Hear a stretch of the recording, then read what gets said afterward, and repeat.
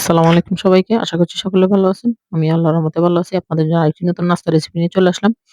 এখানে আমি chicken noodles বানিয়ে নিয়েছি।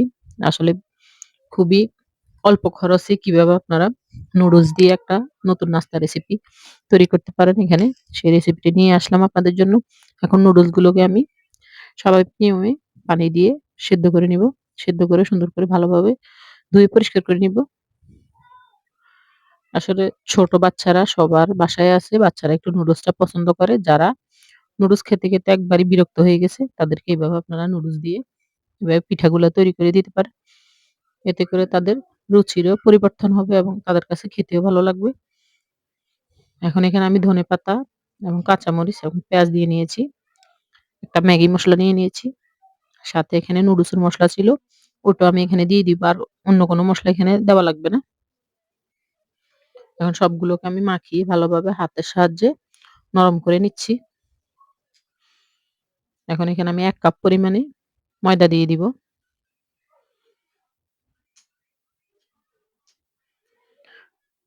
এখানে কোন রকম আমি পানি দিব না। যেহেতু নুডলসটা আমি ভালোভাবে ওয়াশ করে পরিষ্কার করে রেখেছি।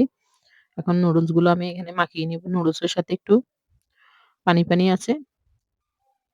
এই পর্যায়ে আমি পুরো নুডলসটা আসলে মাখানো হয়নি। যেহেতু শুকনো উপকরণ দিয়েছি। এ পর্যায়ে আমি এখানে একটা ডিম ভেঙে দিচ্ছি। আসলে নুডলস রান্না করার সময় যে সকল উপকরণগুলো লাগে এখানে সেই সকল উপকরণ দেওয়া হয়েছে। শুধু আপনি একটু তেলে ভেজে নিবেন। এইটুকুই। একবারে সহজ এবং ইজি। এখন ভালোভাবে আমি হাত দিয়ে সবগুলোকে ভালোভাবে মিশিয়ে নিচ্ছি। দেখেন এই পর্যায়ে আমার মিশানো হয়ে গেছে। চুলায় একটা কড়াইতে তেল গরম হতে দিয়ে দিয়েছি। এভাবে আপনারা চাইলে যেকোনো শেপে তৈরি করতে পারেন। আমি একটু চ্যাপ্টা, চ্যাপ্টা করে তেলে দিয়ে দিলাম। চুলার হিটটা অবশ্যই আপনারা মিডিয়ামে রাখবেন। আসলে এই রেসিপিটি উপরে একবারে ক্রাঞ্চি হবে, ভিতরটা একটু হালকা নরম হবে। বাচ্চারা কিন্তু অনায়াসে খেয়ে নিতে পারবে। সন্ধ্যায় চায়ের আড্ডায় অথবা বাচ্চাদের টিফিনও আপনারা এই নাস্তাটি তৈরি করে দিতে পারেন।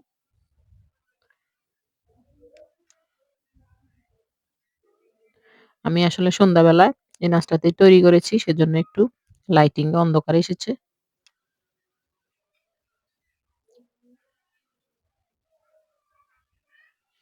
এখন আমি এগুলা উল্টিয়ে পাল্টিয়ে এপিট-ওপিট করে ভালোভাবে ব্রাউন কালার আসা পর্যন্ত একটু অপেক্ষা করব।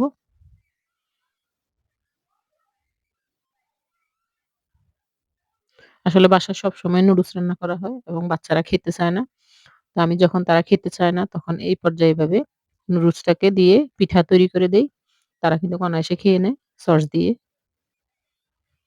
এখন এক, এক করে আমি সবগুলো এভাবে ভেজে নিব।